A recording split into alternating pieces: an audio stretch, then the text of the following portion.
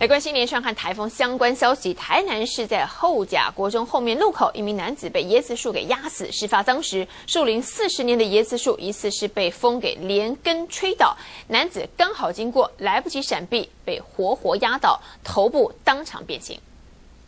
就是这棵14公尺高的椰子树压死路过男子。当时椰子树突然间从树根连根拔起，却恰巧不偏不倚，直接击中一名男子的头部。经过这台车嘛，我当时嘛，我经过，我动着，哪动着？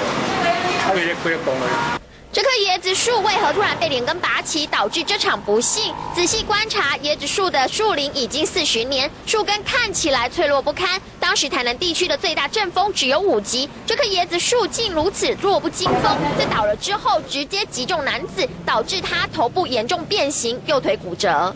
他就马上倒在那边，就已经翻白眼了。 对啊，就是也没有人敢动他，因为你不晓得他伤到哪里。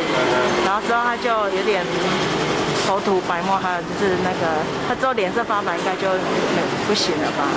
紧急送医急救后，许姓男子仍然宣告不治。家属得知男子死亡，在手术房外痛哭，无故飞来横祸，天人永隔的悲剧，让家属实在无法接受。中天新闻赖冠彰、王元芳 SNG 小组台南报道。